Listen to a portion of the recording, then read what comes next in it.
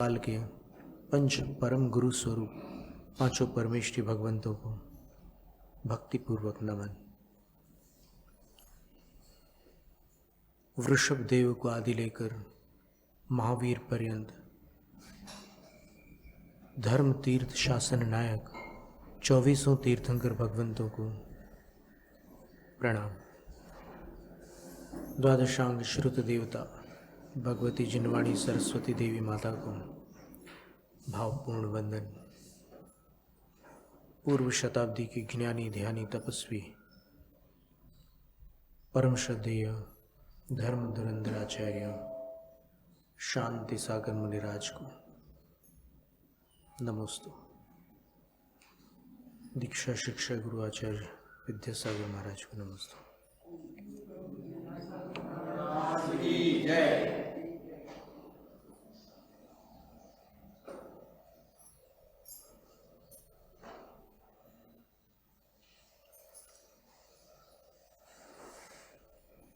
अतिशयों का वर्णन नवदेवता व्याख्यान माला में अभी प्रथम देव अर्थात अरिहंत भगवान का वर्णन है। और उन अरिहंत भगवंतों में जो 7 भेद हैं उनके अंतर्गत जो तीर्थंकर नामक अरिहंत हैं उनके 46 गुणों के अंतर्गत अभी अपन ने देखा कि 34 अतिशय है, 8 प्रातिहार्य है, अनंत चतुष्टय है। सब मिला लो 34, 8 और 4 46 गुण होते हैं। 34 अतिशयों में जन्म के 10 अतिशय वो अपन ने देखे। फिर केवल ज्ञान के 10 अतिशय हैं, वो भी अपन ने पढ़े। 100 योजन सुभिक्ष अधिक की चर्चा की। उपादान निमित्त की बात आई तो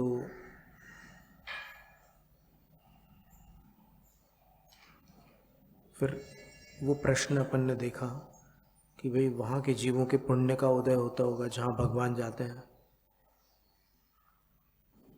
तो इसमें अनेकांत है, एकांत नहीं है।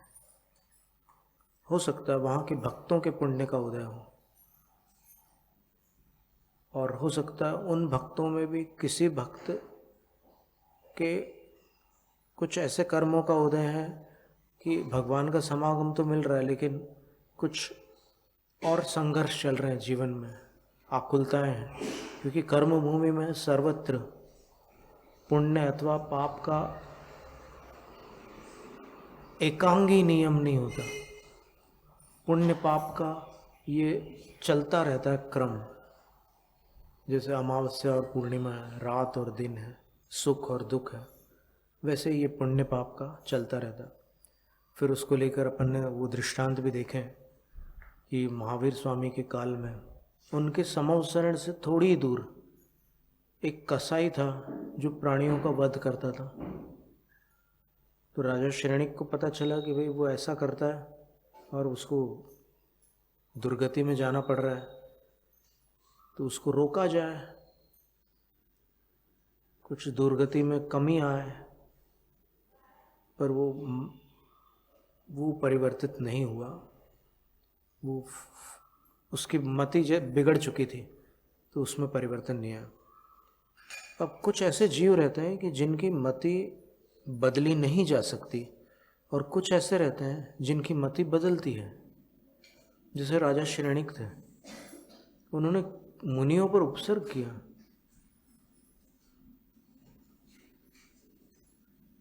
महापुराण के प्रारंभिक प्रकरण में देखो, हम आपके सामने बताते हैं, एक बहुत गंभीर श्लोक है।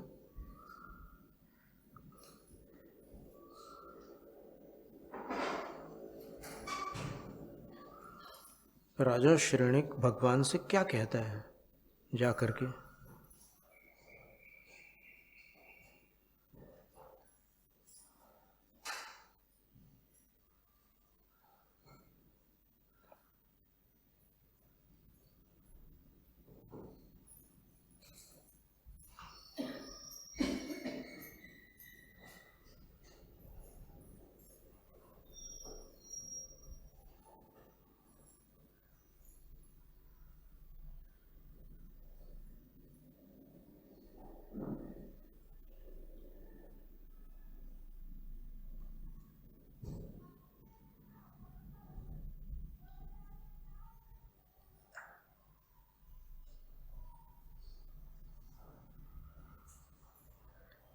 दूसरे पर्व का 24वां श्लोक है। इसमें राजा श्रेणिक का वर्णन है। वो स्वयं वहाँ समवसरण में कह रहे हैं, कृतो मुनिवधानंदस तीव्रो मिथ्यादृशा मया ये नायुष्कर्म दुर्मोचम बद्धम स्वाभ्रीम गतिम प्रति। हे भगवान, मुनि वध में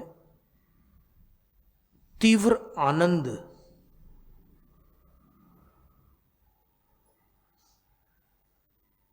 का अनुभव मुझ मिथ्या दृष्टि ने किया, जिसके द्वारा जिसका छूटना कठिन है, ऐसे नरक गति संबंधी आयुष कर्म को मैंने बांधा। यानी मुनि वध में आनंद माना राजा श्रेणिक ने, लेकिन कालांतर में उसकी मति पलट गई। बहुत दुर्लभ घटना थी ये। ऐसे सहज रूप से सबकी मति नहीं बदलती। उसकी मति बदल गई, लेकिन उस कसाई की मति नहीं बदली। तो राजा श्रेणिक ने जो 33 सागर की आयु बांधी थी वो 84,000 वर्ष रह गई, और उस कसाई ने जो 33 सागर की बांधी थी वो 33 सागर बनी रही। तो उसको वहीं जाना पड़ा। श्रेणिक राजा ने प्रयास किया, लेकिन वो बदल नहीं सका। तो ऐसे भी जीव होते हैं कि जो दुर्गति में जाने वाले हैं, लेकिन जाने से पहले कोई अपनी दुर्बुद्धि को छोड़ देते हैं और कोई नहीं छोड़ पाते।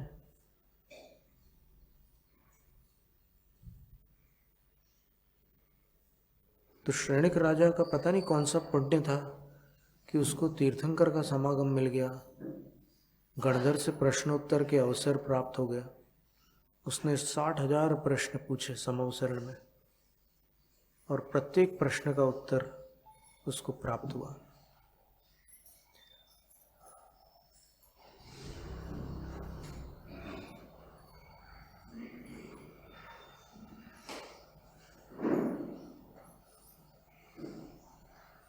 तो बस बात ये थी कि ये कारण कार्य विधान जो जैनेन्द्र देव ने बताया है, उसमें अभी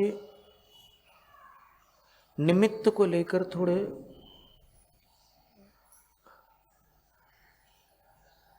कथन ऐसे सुनने में आते हैं। कई बार ऐसे कानों में बात आती है। जैसे एक कथन आता है कि निमित्त कुछ नहीं करता।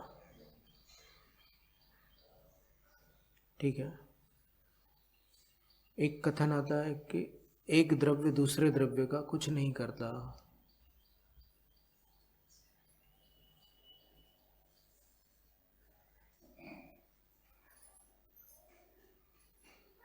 तो इसमें क्या हो जाता है कि अपन अगर सब नयों को सामने रखें तो पता चलता है कि सबका अपना अपना स्थान है। कारण कार्य व्यवस्था अभी जो प्रचार में चल रहा है कि पंच समवाय रूप है। कभी आपने सुना है पंच समवाय? ये शब्द सुना है? कानों में पड़ा आपने? और जो स्वाध्याय करने वाले हैं उन्होंने सुना होगा। वस्तुतः इन पंच समवायों का कथन कहीं भी किसी दिगंबर शास्त्र में नहीं है, लेकिन वो प्रचार इतने कुशलता से किया गया है कि जो पाठक और श्रोताजन हैं उनके अंदर धारणा बन गई कि पंच समवाय से ही कारण कार्य व्यवस्था चलती है। और शांतिपद दर्शन में जिनेन्द्र वर्णी जी ने भी पंच समवाय का वर्णन कर दिया, परंतु वे पंच समवाय दिगंबर शास्त्रों में कहीं नहीं है। पंडित मोतीचंद कोठारी जी हुए हैं, आपने नाम सुना होगा, फलटण वाले। उन्होंने एक पुस्तक लिखी है, क्रमबद्ध पर्याय समीक्षा। उसमें उन्होंने बताया कि जिस ग्रंथ में पंच समवाय की गाथा आती है सन्मति तर्क, उस ग्रंथ पर 2 श्वेतांबर आचार्यों की व्याख्या उपलब्ध होती है। तो फिर उस गाथा के आधार पर अपन दिगंबर आमनाय में पंच समवाय की मान्यता कैसे स्थापित कर सकते हैं? दिगंबर आमनाय में हेतु द्वयाविष्कृत कार्य लिंगा बाह्ये तरोपाधि समग्रतेयम। समंतभद्र आचार्य महाराज कहते हैं कि सिर्फ 2 ही कारण होते हैं, अंतरंग कारण, बहिरंग कारण। अब वो 5 कारण बनाने की कोई आवश्यकता कहाँ आती नहीं है। 2 ही कारणों से सारे काम हो जाते हैं। अंतरंग कारण, चावल में भात बनने की शक्ति है, वो उसकी शक्ति अंतरंग कारण हो गई। और अग्नि में भात बनाने की शक्ति है, चावल को भात अग्नि बनाती है। तो ठीक है, निमित्त रूप से बनाती है। अग्नि चावल नहीं बनती, चावल अग्नि नहीं बनता, लेकिन वो ऐसा निमित्त नैमित्तिक संबंध है। निमित्त की परिभाषा आप्त परीक्षा ग्रंथ की 9वीं कारिका की टीका में आचार्य विद्यानंदी महाराज ने दी है। वो पूरा ग्रंथ आप्त परीक्षा सिर्फ मोक्ष मार्गस्य नेतारम भेत्तारम कर्म भूभृताम ज्ञातारम विश्व तत्वानाम वंदे तद्गुण लभ्ये, एक श्लोक के ऊपर पूरा ग्रंथ है।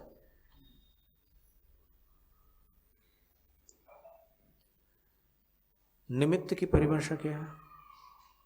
जिसके होने पर कार्य हो और न होने पर न हो, उसको निमित्त कहते हैं।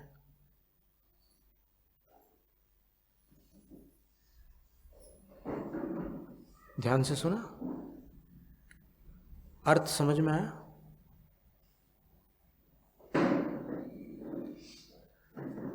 कोई घटना हो रही है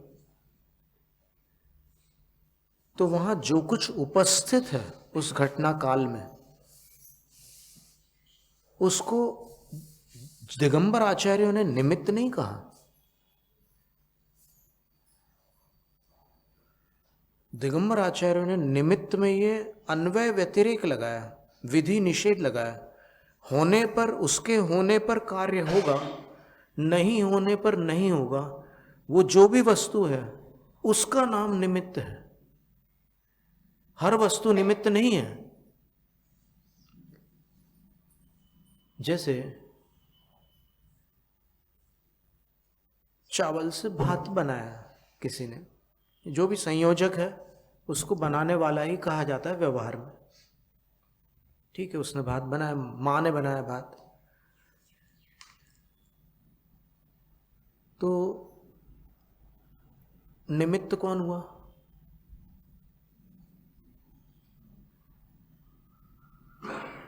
वहां बहुत सारी वस्तुएं उपस्थित है रसोई घर में। जहां भी वो भात बना है वहां पर अनेक वस्तुएं हैं। वहां पर ट्यूबलाइट भी है, वहां पर पंखा भी है, वहां पर हल्दी भी है, वहां पर मिर्च मसाला भी है। तो भात बनने की घटना जहां हुई वहां जो जो उपस्थित है वो सब निमित्त है क्या? भात बनने में हल्दी निमित्त है, ये प्रमाणित करके बता दो अगर वैसा मानते हो तो। कोई लेना देना नहीं हल्दी का उससे। भात जिसके बिना नहीं बनता वो निमित्त है। तो भात किसके बिना नहीं बनता?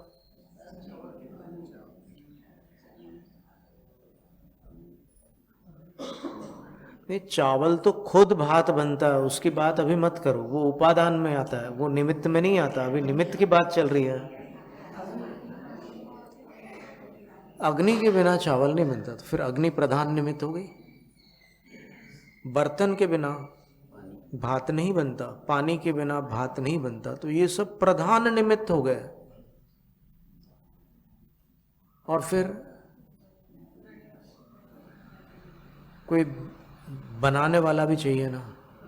उसके बिना नहीं। फिर कंप्यूटराइज्ड अगर कोई सिस्टम हो तो फिर उससे बन सकता है, लेकिन उसमें भी वो काम तो कर रहा है ना, वो सिस्टम, वो प्रणाली काम करेगी ना। अब सोचो कि जो ये मानते हैं कि निमित्त उपस्थित होता है, उनसे प्रश्न है कि ट्यूबलाइट उपस्थित है रसोई घर में, वो भात में निमित्त है क्या?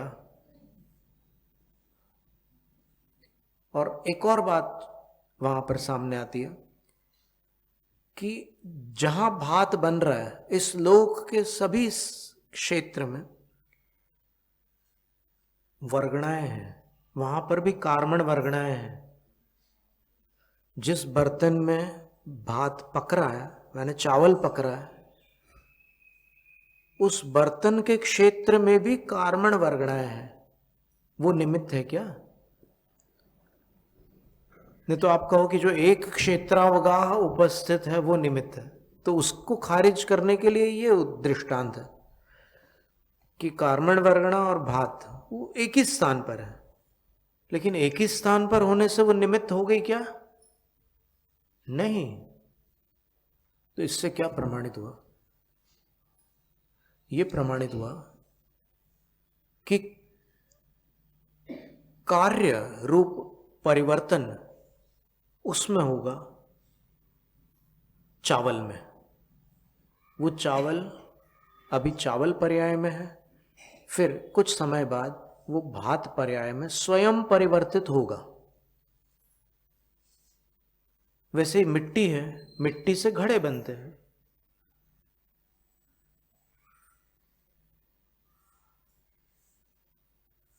तो एक बार ऐसी चर्चा चल रही थी कहीं पर कि वो घड़ा बनते हैं तो उसमें वो मिट्टी ही घड़ा बनती है, बाकी किसी का कोई हस्तक्षेप नहीं है। हस्तक्षेप नहीं है ऐसा कहना कुछ ज्यादा नहीं लगता? कुछ अतिरिक्त नहीं लगता?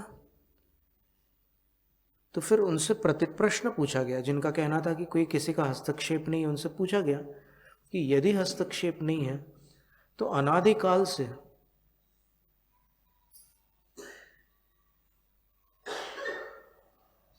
कहीं भी किसी भी खेत में या पहाड़ में या कहीं भी अपने आप मिट्टी से बना हुआ घड़ा क्यों तैयार नहीं हुआ?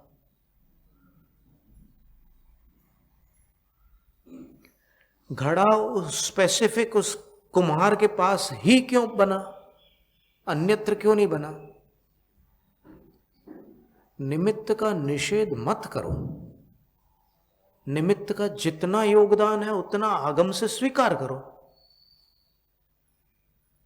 डर किस बात का है आपको निमित्त का योगदान स्वीकार करने में कि अरे हमें मिथ्यात्व का दोष लगेगा? निमित्ताधीन दृष्टि का निषेध है। अध्यात्म ग्रंथों में वो कह रहे हैं निमित्ताधीन दृष्टि का सरल शब्दों में अर्थ होता है कि निमित्त के भरोसे मत पड़े रहो, उपादान को जगाओ। ये मत सोचो कि गुरु की उंगली मैंने पकड़ ली, वो मुझे अब मोक्ष ले जाएंगे। खुद पुरुषार्थ करना होगा तुमको। तो निमित्त के भरोसे मत पड़े रहो। और इसका अर्थ ये नहीं है कि निमित्त का निषेध कर दो,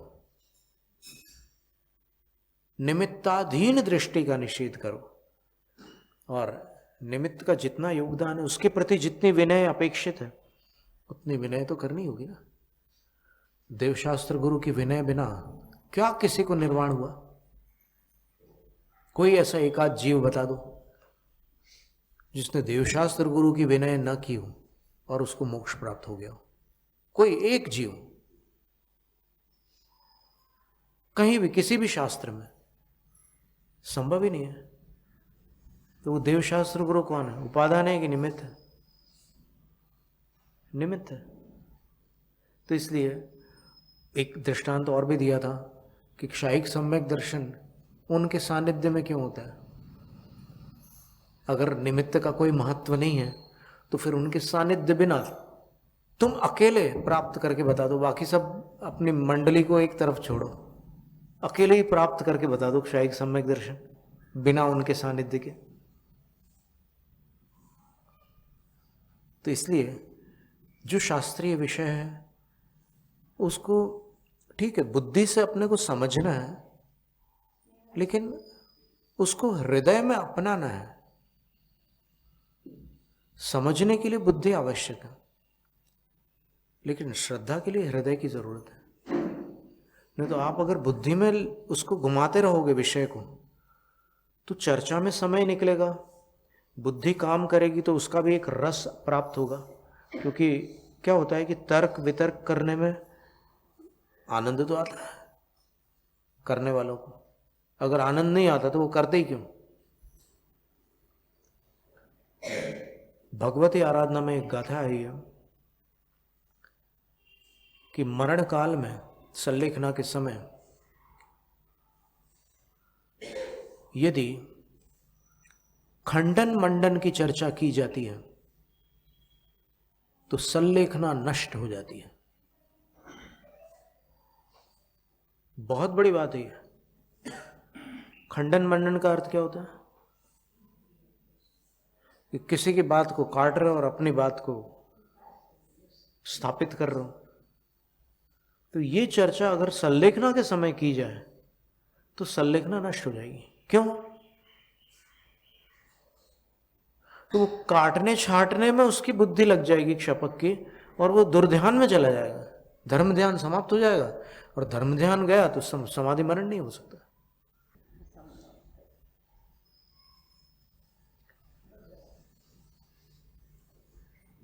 तो ये कारण कार्य विधान के विषय में थोड़ी सी चर्चा थी कि कारण कार्य विधान में दो घटक है, अंतरंग बहिरंग।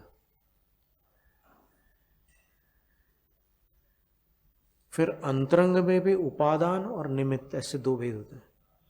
उपादान जैसे अपन किसी जीव में क्रोध उत्पन्न हो रहा है तो उसका उपादान तो जीव ही है, लेकिन उसका निमित्त दो निमित्त है, अंतरंग निमित्त बहिरंग निमित्त। अंतरंग निमित्त कर्म का उदय। अंतरंग इसलिए कह रहे हैं क्योंकि वो बाहर किसी को समझ में नहीं आता, उस अपेक्षा से अंतरंग है। और बहिरंग निमित्त क्या है? कोई नो कर्म, किसी ने गलती कर दी या फिर कोई और हरकत कर दी तो उससे अपने को कषाय आ जाती, क्रोध आ जाता है। तो ये कर्म और नो कर्म, कर्म सिद्धांत की सब लोग बात करते हैं, लेकिन उसमें नो कर्म कितना महत्वपूर्ण है इसकी चर्चा आज मुश्किल से सुनने मिलती है। सभी लोग एक बात पकड़ के बैठे हैं कि पुण्य होगा तो सब ठीक हो जाएगा, पाप होगा तो कुछ नहीं होगा, एक पकड़ के बैठे हुए हैं। और नो कर्म, अब आचरण में अगर देखो तो जो ऐसी बात करते हैं ना कि पुण्य पाप से ही सब कुछ होता है, वो हॉस्पिटल क्यों जाते हैं? उनसे सवाल है। पुण्य की प्रतीक्षा कर लेना, जब पुण्य से ही सब ठीक होता है तो फिर अस्पताल जाकर के गोली क्यों लेते हो और इतनी लंबी चौड़ी रकम क्यों देते हो डॉक्टर को? क्या आवश्यकता है? तो ये बोलने की बात है कि सब कुछ पुण्य पाप से होता है। पुण्य और पाप अंतरंग हेतु है, और बहिरंग हेतु कुछ सामग्री चाहिए कि नहीं चाहिए स्वस्थ होने के लिए?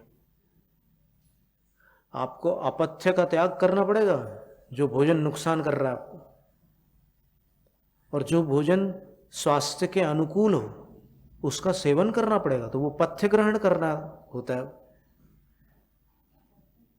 ये क्या है? नो कर्म। और औषध लेनी होती है, औषध क्या है?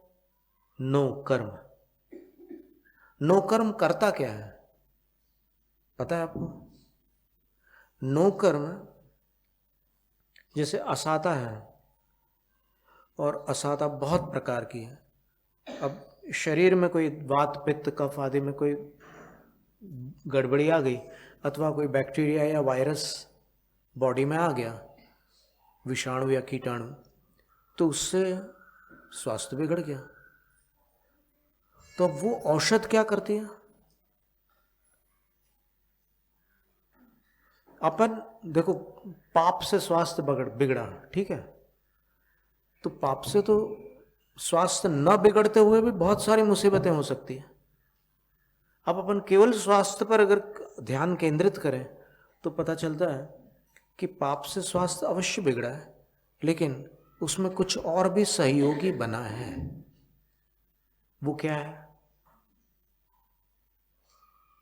मान मच्छरों का काटना है, या फिर कोरोना के वायरस है, या और कोई भी चीज XYZ, 160 प्रकार के मेडिकल साइंस में ड्रग्स हैं और उनके कॉम्बिनेशंस हजारों लाखों हैं।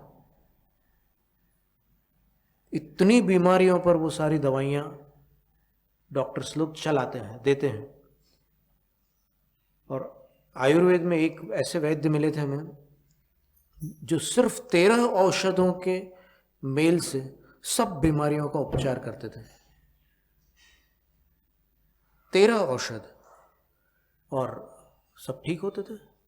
मझोली गांव था, वहां पर हम बीमार हो गए थे, तो फिर उन्होंने उपचार किया, ठीक हो गया।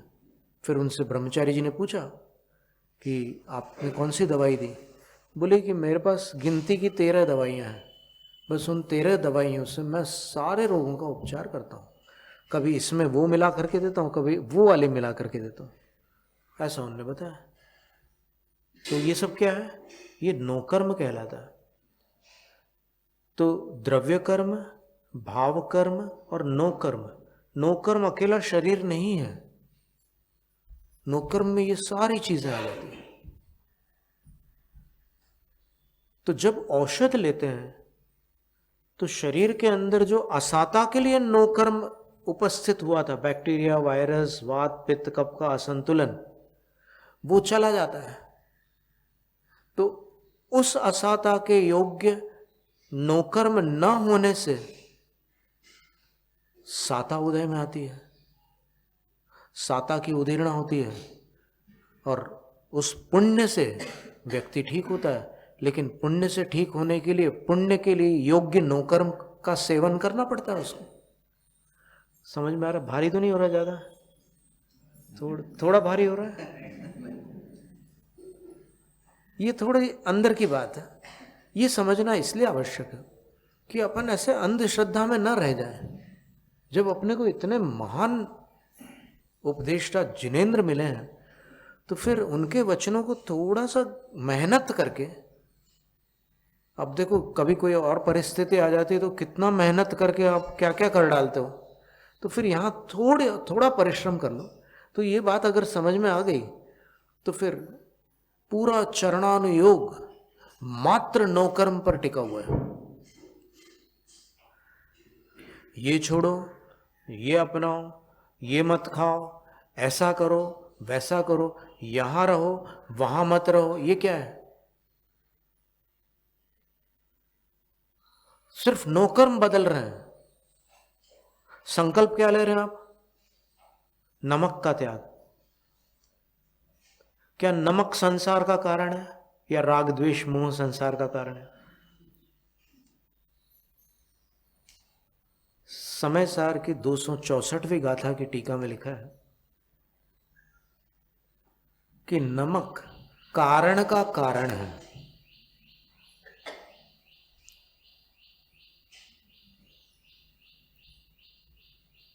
बंध का कारण राग, राग का कारण नमक। XYZ, ये नमक तो उदाहरण दे रहे हैं हम अपनी तरफ से, तो इसलिए उसका त्याग आवश्यक है। चरणानुयोग पूरा उसी पर टिका हुआ। बिना चरणानुयोग के कोई कल्याण नहीं कर सकता अपनी आत्मा का, क्योंकि आचरण बदलेगा, आचार परिवर्तन, विचार परिवर्तन, फिर संसार के जो पंच परिवर्तन है उससे छुटकारा मिलता है। तो जिनेंद्र भगवान ने वो काम किया, तो फिर ये सारे अतिशय प्रकट हुए। और ये अतिशय घाती क्षयजा लिखा है, घाती कर्म के क्षय से जनित है ये। आप कहोगे कि नहीं भगवान का पुण्य प्रभाव है। पुण्य प्रभाव क्षयिक नहीं होता, औदैहिक होता है। पुण्य उदय में आता है और उसका प्रभाव होता है, तो फिर वो उदय संबंधी प्रभाव कहलाए ना, तो औदैहिक हो गया।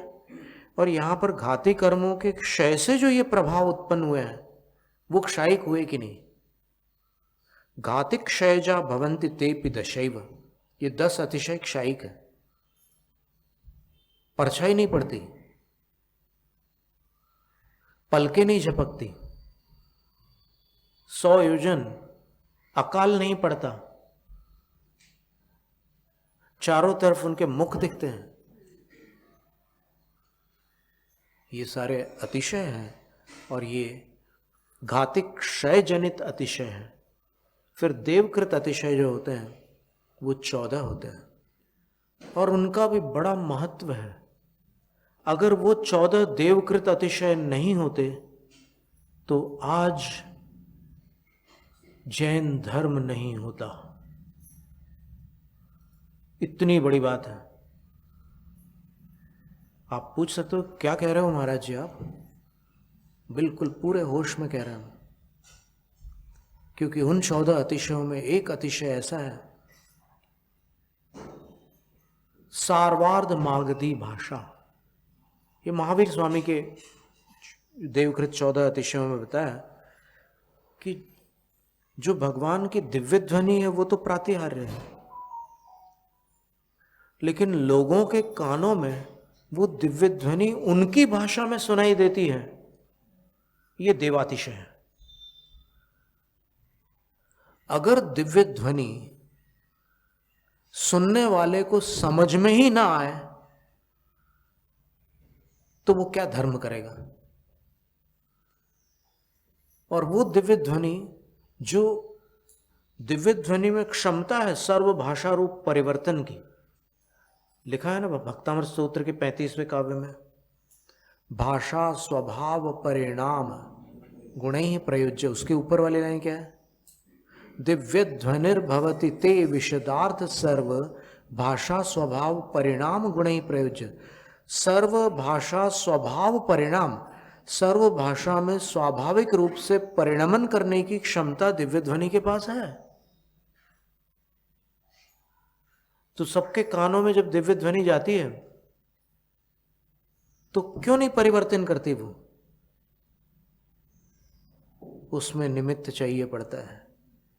और इसलिए 14 अतिशय देवकृत ने, तो 13 अतिशय पर्याप्त थे। वो मागध जाति के जो देव होते हैं वो भगवान की दिव्य ध्वनि को वहां उपस्थित समस्त श्रोताओं की भाषा में कन्वर्ट कर देते हैं।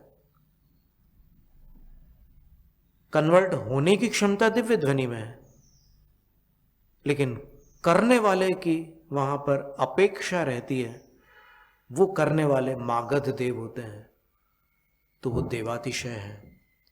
और इतना महत्वपूर्ण अतिशय है वो कि उस अतिशय के कारण ही गणधर संपूर्ण दिव्य ध्वनि में से जितने बीज पद हैं, बीजाक्षर अलग होते हैं, ओम ह्रीम अरहम ये सब बीजाक्षर है, वो बीज पद होते हैं दिव्य ध्वनि में जो सामान्य श्रोताओं के द्वारा ग्राह्य नहीं होते।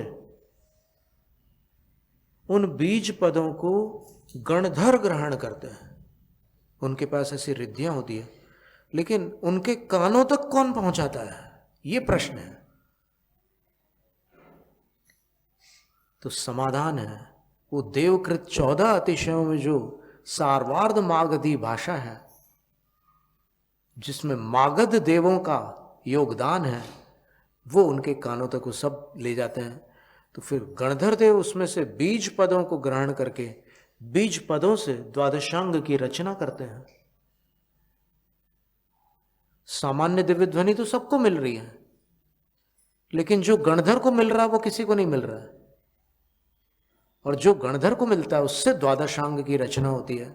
और आज जो अपने को मिल रहा है वो द्वादशांग का ही छोटा सा अंश है, इसको अंग बाह्य कहा है।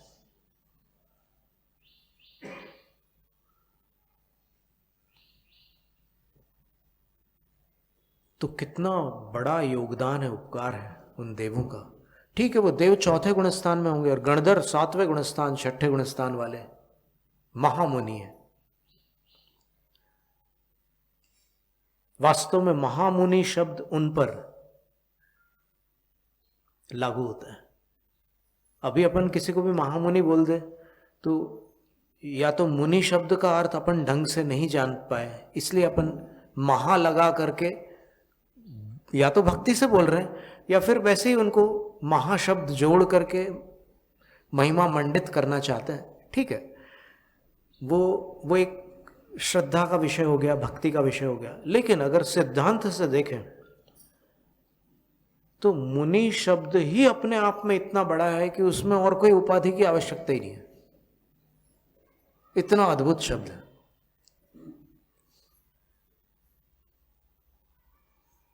आचार्य, अब आचार्य शब्द अपने आप में इतना गंभीर है, इतना सार गर्भित है कि उसमें अपने को कुछ और अतिरिक्त उपाधि जोड़ने की आवश्यकता ही नहीं, अगर उसका अर्थ समझ जाओ तो।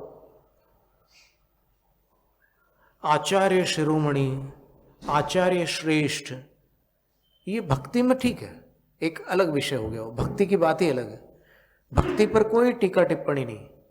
लेकिन सिद्धांत से अगर देखें तो आचार्य शब्द अपने आप में इतना महान है। नमो आयरियाणम, नमोकार मंत्र में केवल आयरियाणम लिखा है। कितना बड़ा शब्द होगा वो, सोचो आप। तो इस तरह अपन ने 10 जन्म संबंधी अतिशय, 10 ज्ञान संबंधी अतिशय, ऐसे 20 अतिशयों का विवरण पढ़ा। और आज 14 देवकृत अतिशयों में जो प्रथम अतिशय था, सार्वार्ध मागधी भाषा, उसका वर्णन पढ़ा। उसके विषय में टीकाकार ने लिखा है, सर्वेभ्यो हिता सार्वा। सार्व शब्द का अर्थ होता है सबके लिए हितकर। जो सबके लिए हितकर होता है उसको सार्व कहते हैं। सा चासो अर्ध मागधीया, अर्धम भगवत भाषाया, अर्धम देश भाषात्मकम, अर्धम च सर्व भाषात्मकम। देखो, आधा आधा आधा आधा करके वो भाषा को कई भागों में बांटा गया है। बोले एक तो भगवान की दिव्य ध्वनि रूप भाषा ओम,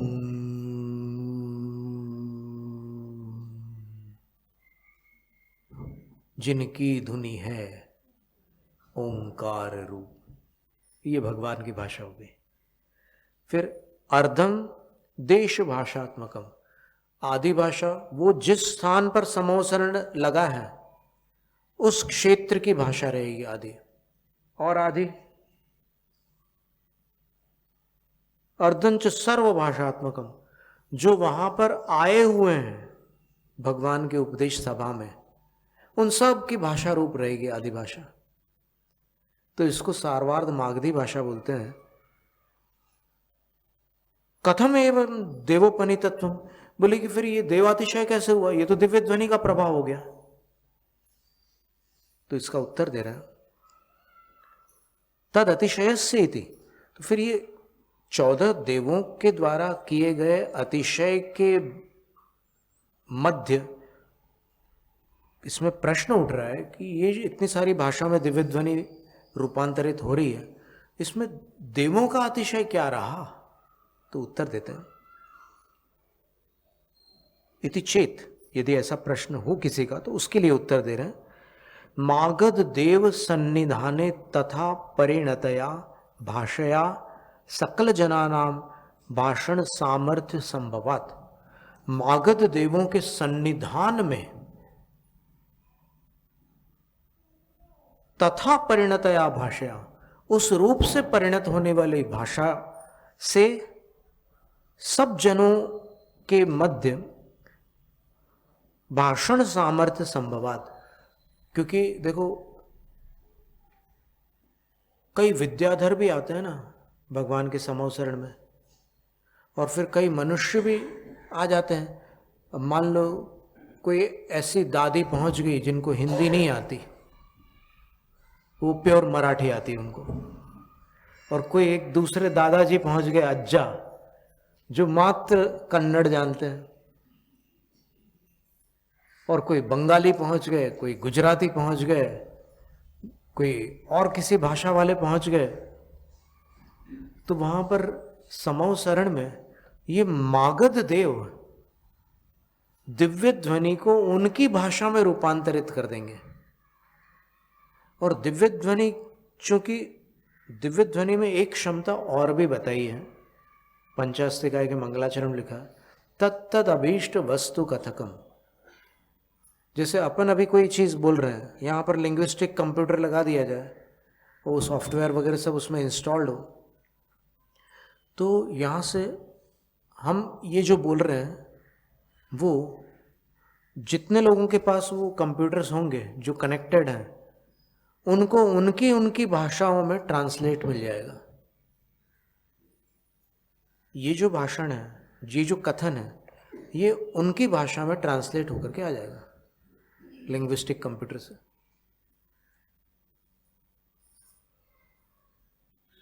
तो जैसे हमने जो बोला, एक काल में हमने एक ही वचन बोले, तो वहां पर अनुवाद में भी सेम वही होगा, लेकिन जिनेंद्र भगवान के साथ दूसरी घटना हो रही है। उनकी दिव्य ध्वनि एक रूप न होकर अनेक रूप है। उनकी दिव्य ध्वनि में एक काल में बहुत कुछ भरा हुआ है, उसकी अपन कल्पना ही नहीं कर सकते। उनकी वाणी इतनी अलौकिक है कि उसकी अपन कल्पना नहीं कर सकते। और होता यह है, तत्तद अभीष्ट वस्तु कथकम, जो श्रोता जितनी पात्रता रखता है और जिसका जितना पुण्य होता है, उसको वो ही सुनाई देता है। गणधर को बीज पद मिलते हैं और किसी को नहीं मिलते। क्यों? उनकी पात्रता है। आ सब कुछ रहा है दिव्य ध्वनि में, लेकिन पात्रता के अनुसार प्राप्त होता है। एक भाई, वहां दो भाई बैठे हुए हैं समोसरण में, एक को राम कथा सुननी है, एक को महाभारत सुननी है, बराबर मिलेगी सुनने।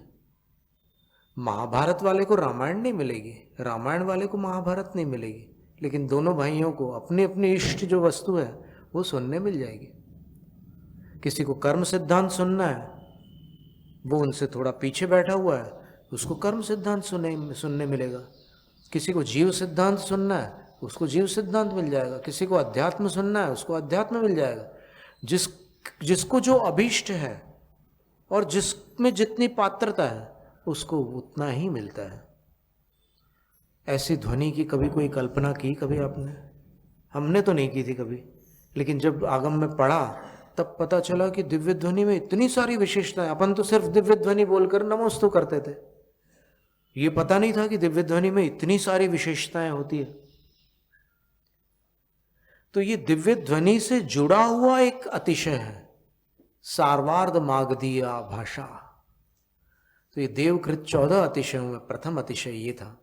तो इसमें वो देव धन्यवाद के पात्र हैं कि नहीं, जिन्होंने ट्रांसलेट करके आपने आपके कानों में आपकी भाषा में वो बात पहुंचा दी। उस कंप्यूटर को आप संभाल के रखोगे कि नहीं, जिसमें से वो चीज़ आपको अपनी लैंग्वेज में मिल रही है? बिल्कुल उसको तो अच्छे से रखेंगे, खूब अच्छे से रखेंगे। इसी तरह उन देवों की भी उनके योग्य विनय करने में कोई आपत्ति नहीं है, क्योंकि वो भगवान का मैसेज दे रहे हैं आपको, जो आप डायरेक्ट नहीं ले सकते थे, उनसे आपको प्राप्त हो रही है। भले ही वो देव अपने आप को नगण्य मानते हो, वो यही मानते हो कि बस भगवान की सेवा करने में मिल रही है, ये हमारा अहोभाग्य है, लेकिन जिसके अंदर कृतज्ञता नाम का गुण होता है, वो जिस किसी से अपना भला हो रहा है उसके प्रति आभार अवश्य अपने हृदय में लाता है। तो अपन समूह शरण में उन असंयमी देवों के भी आभारी हैं और वो भी अपनी विनय के पात्र हैं। वो क्योंकि सम्यक दृष्टि तो है ही वो, लेकिन चूंकि वो अपना उपकार कर रहे हैं, पर वो गिने किस में जाते हैं? वो अतिशय करने वाले वो हैं, लेकिन फिर भी अतिशय के स्वामी कौन है? जिनेंद्र भगवान। 34 अतिशय किनके हैं? 14 देवकृत अतिशय किनके हैं? भगवान के हैं। तो भगवान उसके स्वामी हैं। तो भगवान इतने अद्भुत हैं कि वो सब कुछ छोड़ करके भी संपन्न है, और यहां लोग सब कुछ पकड़ करके भी असंपन्न है। ये स्थिति है। तो सब कुछ होते सब कुछ त्यागो, वो भी बिना विषाद। उनने त्यागा तो जो पाया